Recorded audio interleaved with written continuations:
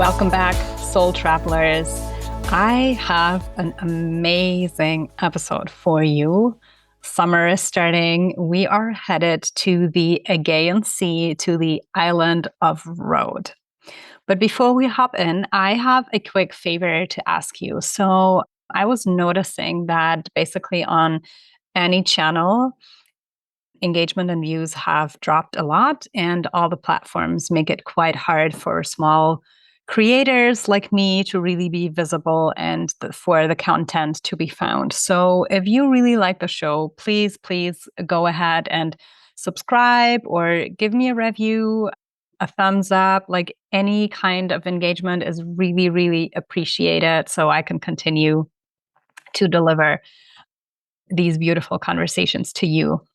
Thank you so much.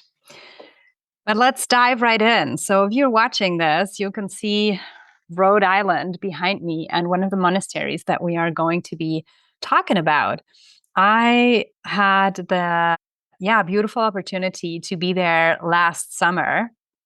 And it's an island that is part of Greece, a Greek island that is actually close to Turkey.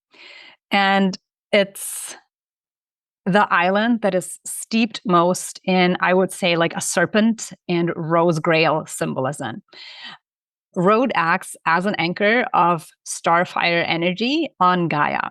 Why? Because it is a solar-charged, mythical feminine island, and at the same time connected so much to the divine masculine codes, so that it's really this union of solar consciousness coming together.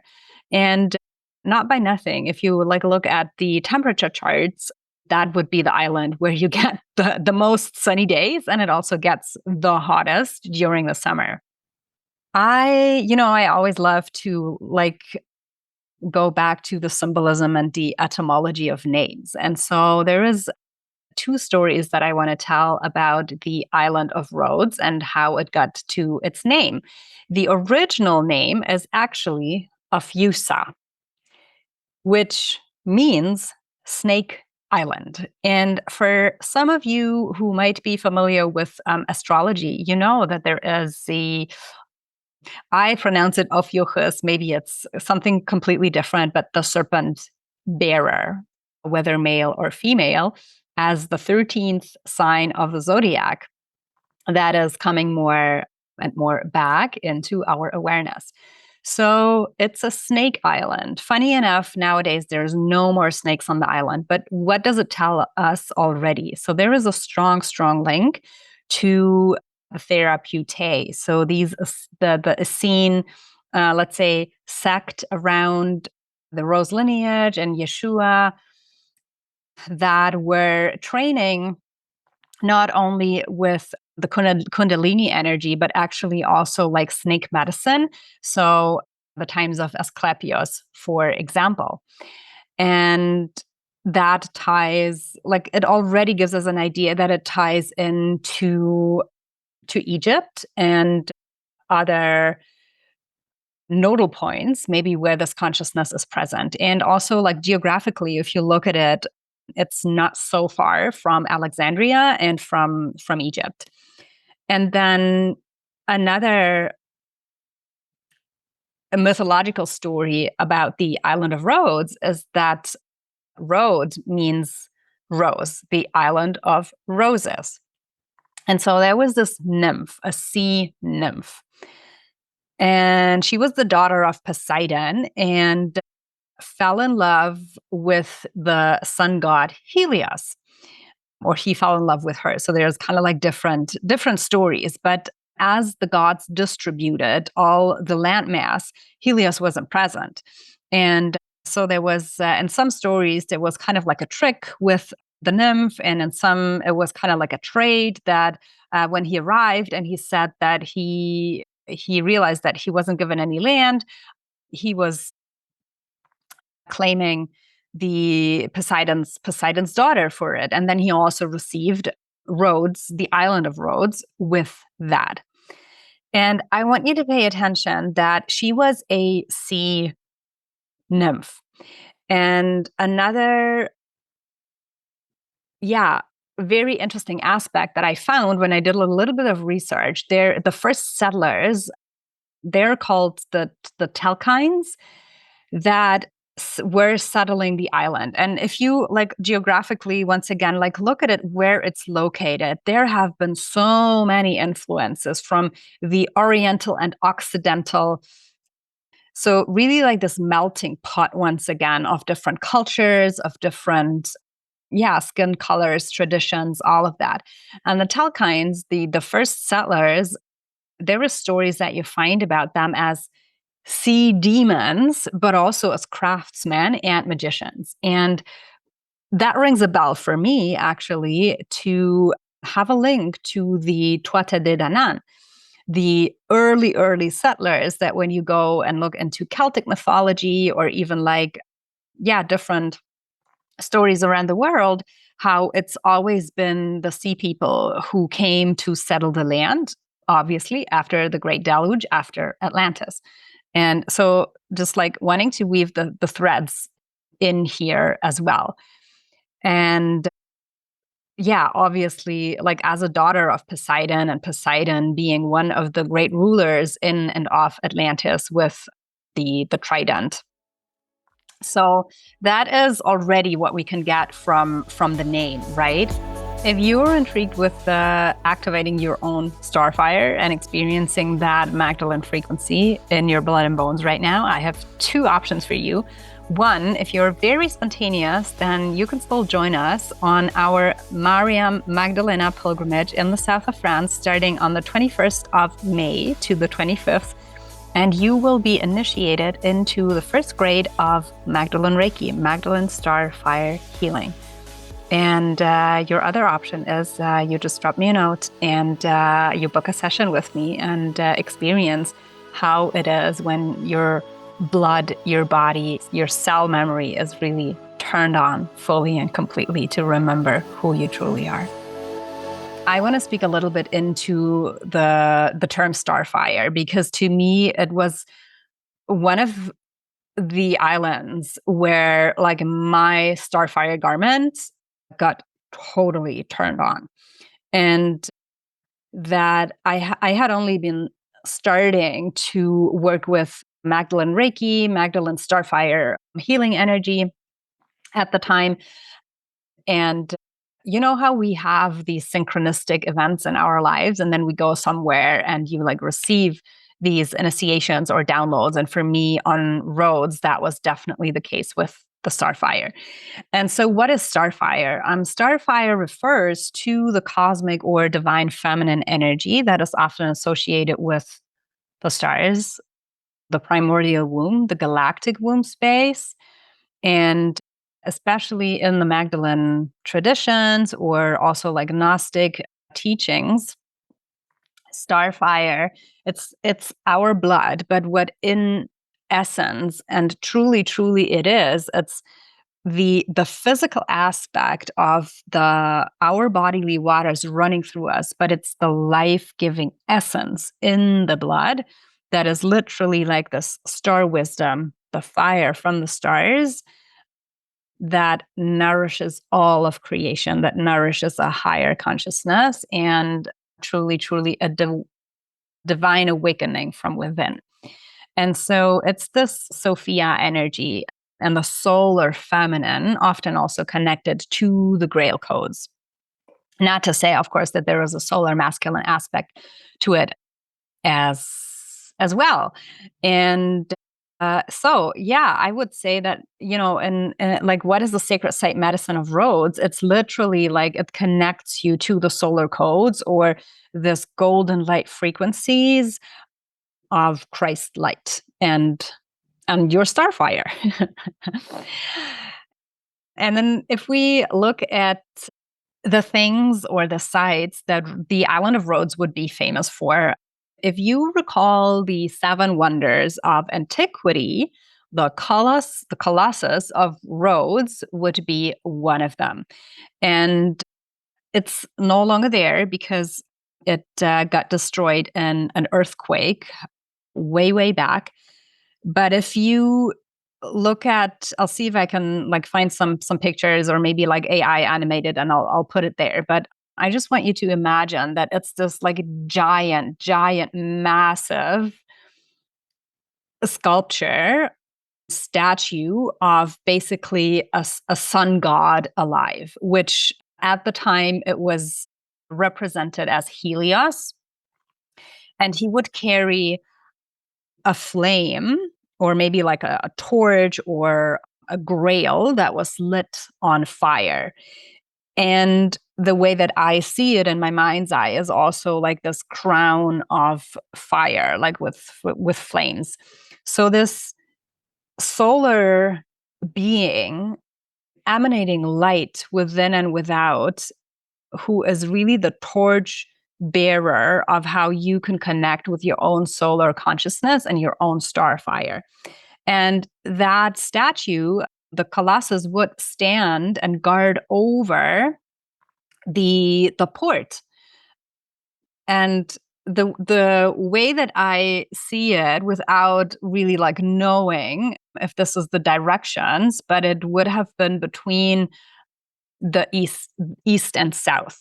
So like when the new consciousness comes in from the east with the rising sun and then ventures towards the south in its like strongest position, this is where you get the strongest of these light codes, of these fire codes.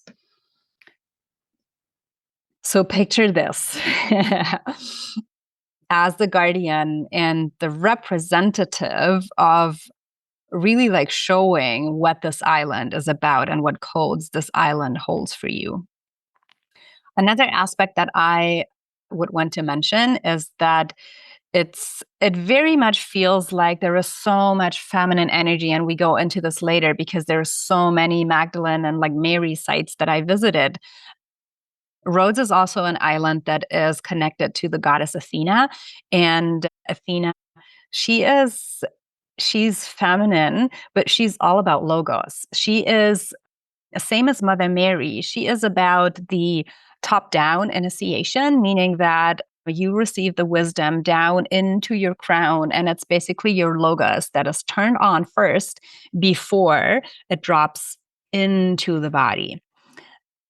So there's this aspect that is very masculine, if you want to say so. And then there is this other aspect that I also want to talk about when we go into the caves and the monasteries, where there is the earth energy coming up. And so it's this the bottom up initiation.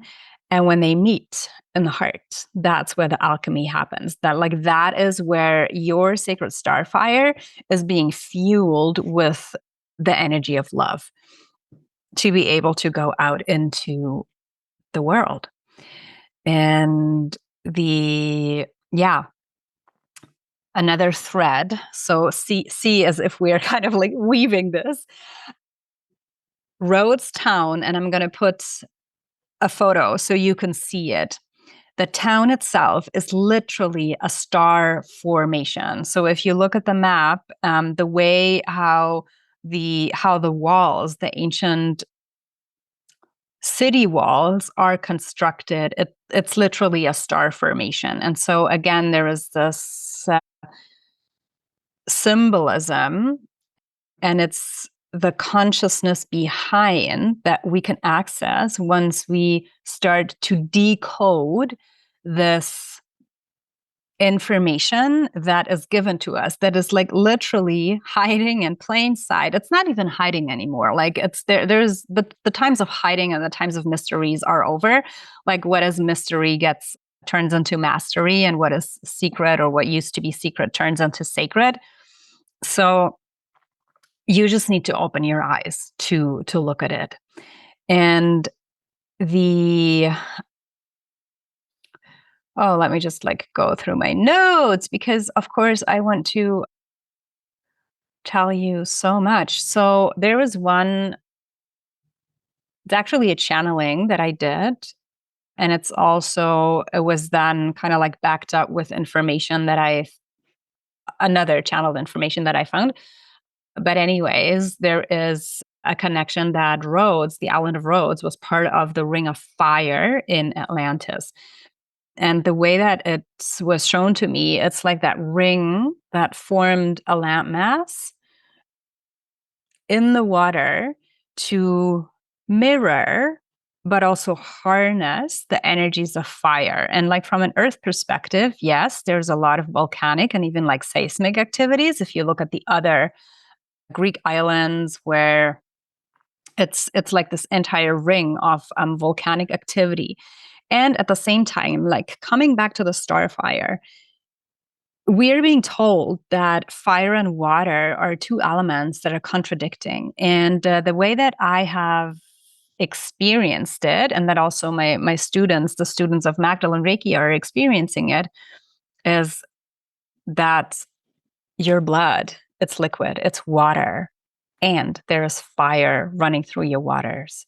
And once you have internalized and like comprehended that with your body, because your body tells you like, oh, actually it's not that the water turns out the fire, it's like actually they go together, and there is quite some alchemy that and transmutation that happens when we allow the mental concept to be put down, but really like feel it in our bodies.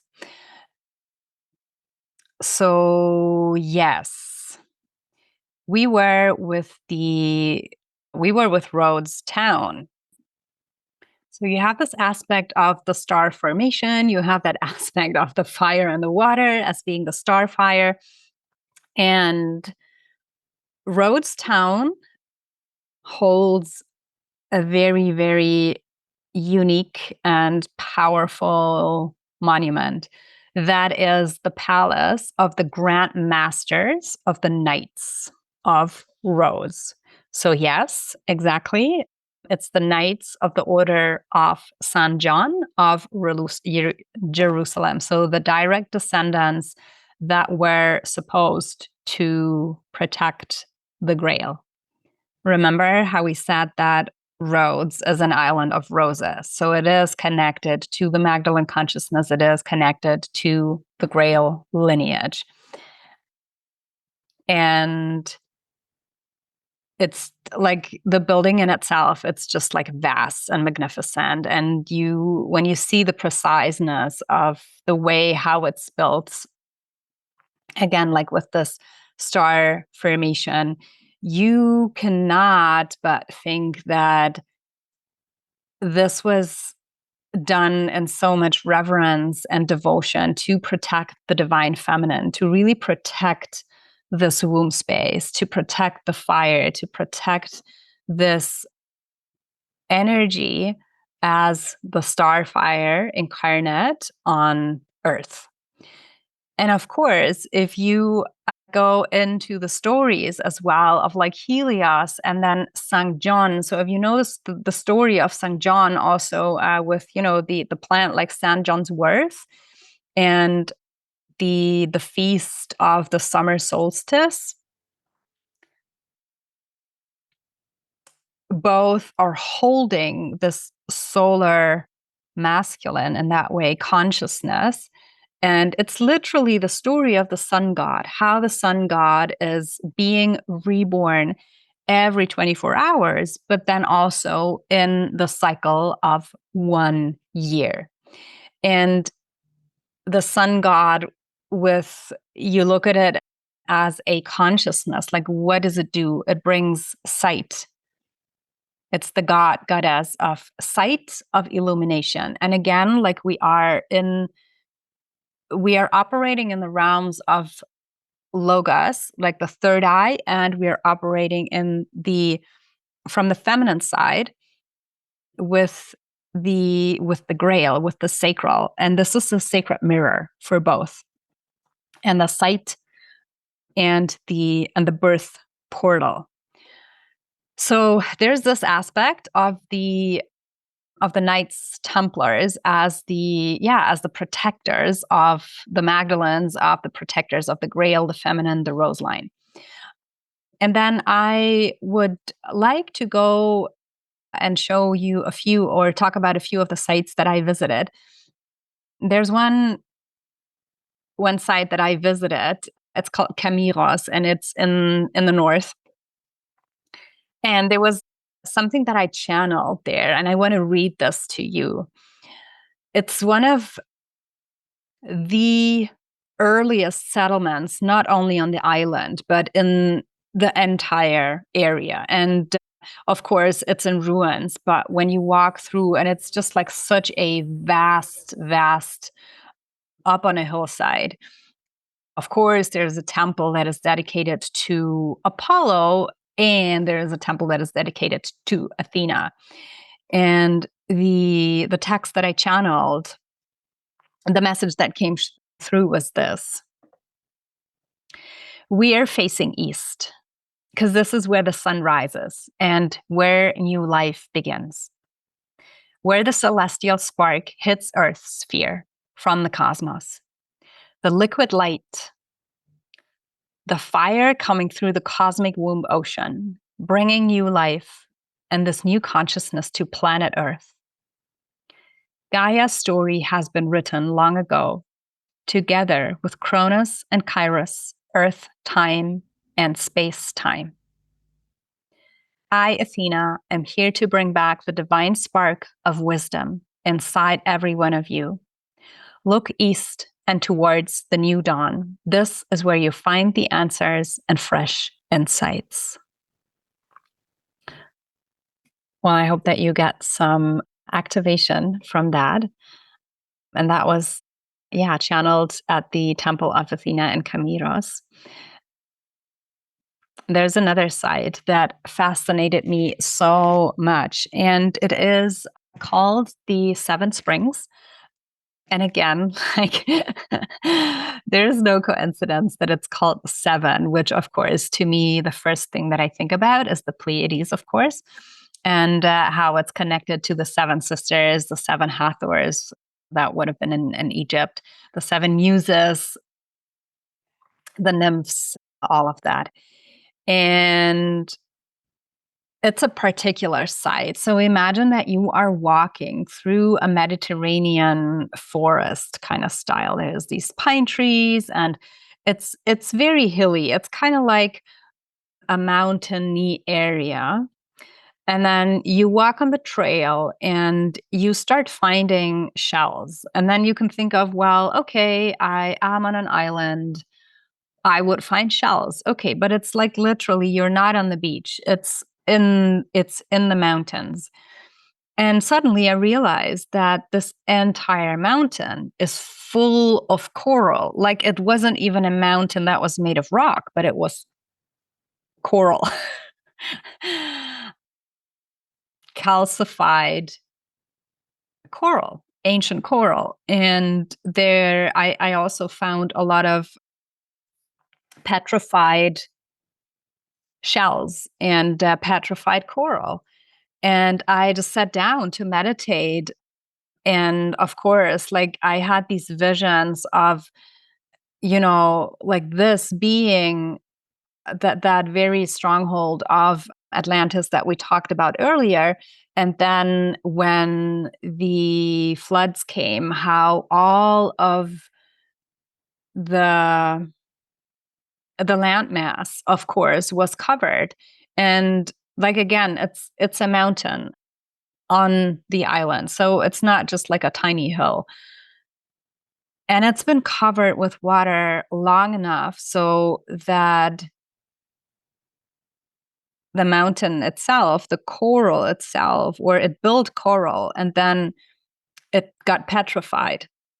And as you know, when I sometimes I'm in sites and I go snorkeling and I look at the coral and I always feel like, oh, you guys are the brain of the ocean. And now it's like this petrified, like brains, consciousness of the waters that is accessible. So I just found it so fascinating and literally like this proof that we are surrounded by these codings of ancient civilizations if we just allow ourselves to go further back and allow ourselves to see that it's actually there.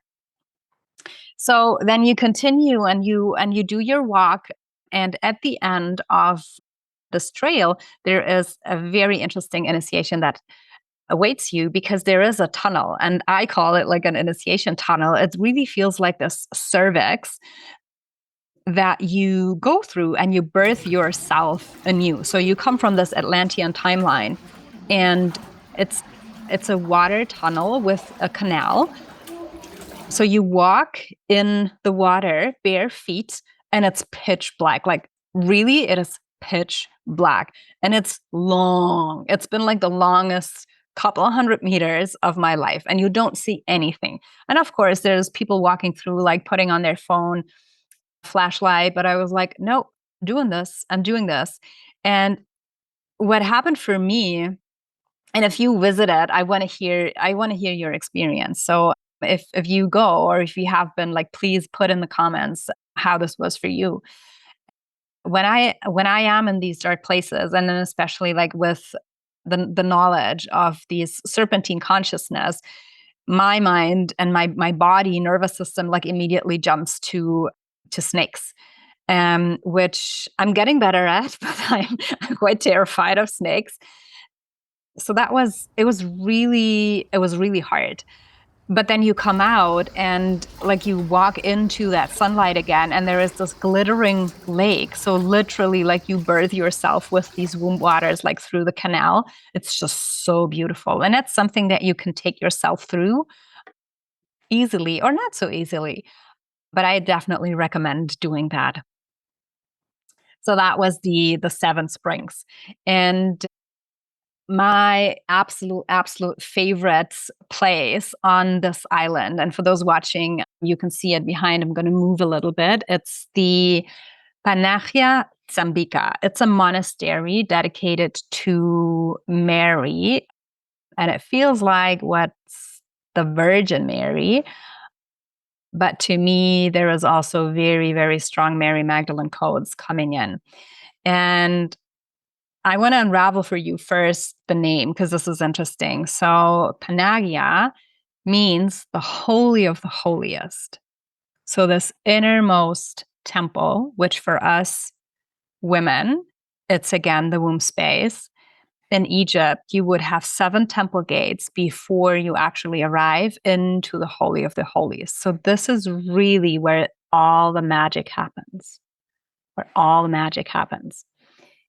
And then Tsambika is fire. It's spark. And again, I'll be putting a picture because I want you to see this. Like, there's this depiction of Mary with her arms, with her palms outspread, and there's literally flames coming from her palms. The starfire. There is a lot of legends that around this mountain there were emanations being seen. There were spontaneous healings that took place. Sometimes locals say that the mountain is really glowing, or it looks like it's on fire. And there was a Mary statue that they found, and it's right at on a cliff by the waters, by a beach. And so down in the water, there is a Mary statue that they found that originally came from the island of Cyprus, which it's not far, but it's quite a bit. And you might remember that there is other stories about Mary statues being found in the waters. So there's 350 stairs to get you up to this monastery. And I've walked it in the morning, and it was like 40 degrees Celsius that day. It was like super hot. And I've seen people do it, a lot of people, like old people, people with ailments, people who can't even walk anymore, just as a spot of pilgrimage and just to be in that energy. And when you stand on that, it's literally a watchtower. So coming back to what does Magdalene mean? It's a title meaning watchtower. And you feel like you are standing on this watchtower, and the when you like face out the sea, without knowing the story of Mary, that Mary statue coming from Cyprus, I could just like feel this ley line that was linking into Cyprus and then even further down into Lebanon, potentially also Iraq, where, yes, she resided, where she was, where she walked, like in her very early days. And then it turned and there was a triangle that pointed into Egypt, into Alexandria. So it very much felt like this triangle between the Magdalene sites and the maybe original, upbringing of not just Mary Magdalene, but I feel like the cradle of civilization and the stronghold of the Therapeutae in Alexandria. So this coming together. So anyways, like this was the place where like my starfire got really, really turned on. And I was standing, and it's something that also really struck me that I mentioned briefly earlier.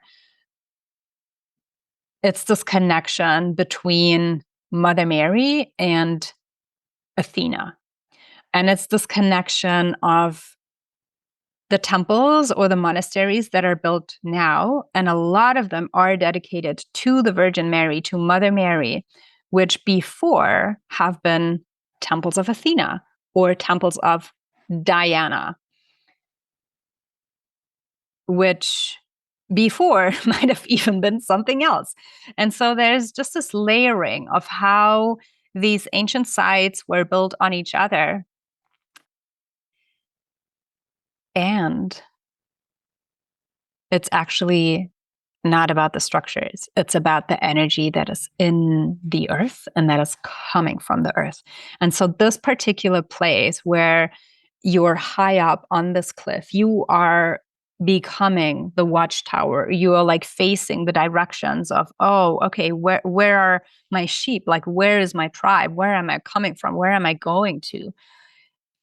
And then you have the waters, and you are this island in the water. So you are this creative spark yourself. And it's just, it was just really, really amazing how I felt and how this rush of energy that like came into my body, and how I could literally feel that my blood cells like changed the frequency. And even now, like I have this tingling in my hands. So I would be super curious to hear if you have had similar experiences, whether this is connected to Rhodes Island, whether this is connected to the Magdalens, whether this is connected to Starfire. Just, like drop me a message. I would love to connect over that before we head into the last site that I want to speak about, which is the Acropolis of Lindos. And Lindos is quite a cute town, and it's got this gorgeous, gorgeous overlooking what looks like a palace, and there is an acropolis inside. And again, all these or most of these major sites are really built on a high altitude. So you imagine you have this like beautiful Greek village where it's like all white, these tiny houses with the blue outlines, and it's just like the streets are wide enough to walk through. Of course, there's a lot of tourist shops, but there is also like pottery and just like all these beautiful things, Mediterranean feeling and food and restaurants. And then there is this massive, massive, massive, massive rock structure that is, again, right on the sea, right above the sea. So that's really striking for these sites there, how it's literally like these watchtowers that are like right on the cliff, and here's the sea and the rock. And what they say is that this used to be an acropolis. Maybe it was. I feel there has been also a lot more.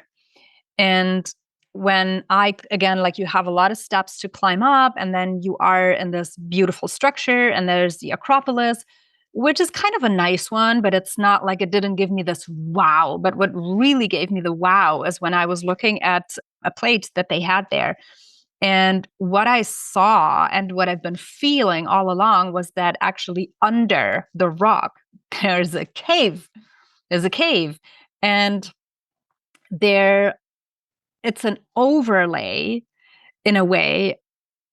The structure is an overlay on the mountain, but what it's actually about is below. It's the earth energy, and it's the fire and the water, like, coming through the rock and the sea, and like this fire, this magma that is in the earth, residing in the earth, so powerful, and then like coming through and being amplified with and through the water codes, through the rock and the sea. And so there's this cave, and funny enough, it's been a cave where it is said that Holy Mary, or even like Athena, has been worshipped. And then what I found was that this very, very same structure, so you have the sea, you have a rock, you have a cave in the rock, and then you have an Acropolis dedicated to Athena/Apollo on top. The very same structure you find in all of Greece. In fact, also the Athens Acropolis is built in the very same way. So yeah, it's just been so fascinating to see how all of these lines come together. And then from a mind's perspective, I was like, wait, like Athena and Mother Mary, and like, how does this go together? And then even like all the energies that are present. But even if you think about it, both are these parthenogenic priestesses that were trained and initiated in this top-down initiations to still create, and to create from their oracular vision, and like bring this spark, this flame, one of the triple flames that resides in your third eye, to bring this into the world. And for Mother Mary, obviously, like through her womb space, birthing Yeshua. And yeah, so it's like, it's always these caves where the earth energy is harnessed, and then there's another structure on top. So yeah, again, like, there's an invitation for you. If you have come across this anywhere else, I would really love to know, because I feel that it's a thread. It's not something that is so uncommon. It's just that we don't talk about, or we not being told about. Yeah. Yeah. And the interesting thing is that when I looked it up, it was called Lady of Spilotisia, and Spilotisia means cave. So it's Mary of the Cave. That's what it is. And yeah, they just built this Acropolis and the fort on top. And the fort, interestingly, still has a Mary church in it. But it's like, it's none of the constructions that is above. It's like all of the important things and energies are actually happening in the earth, and that's what's coming up. Yeah. And there's lots of other places, and there's lots of other connections that I could make, like with the bees, and like go more into the serpentine cult, and like with Serapis and the connections to Egypt, and how the initiations through the temples of Egypt would then lead into Cyprus, and potentially even like Rhodes as this womb space for souls to be rebirthed again, and like do the same spiral over and over again. But I want to leave it here. And if you get a chance to explore it, or if you don't know where to go this summer, then maybe this is a good opportunity for you to decide on, hey, let's go visit the island of Rhodes.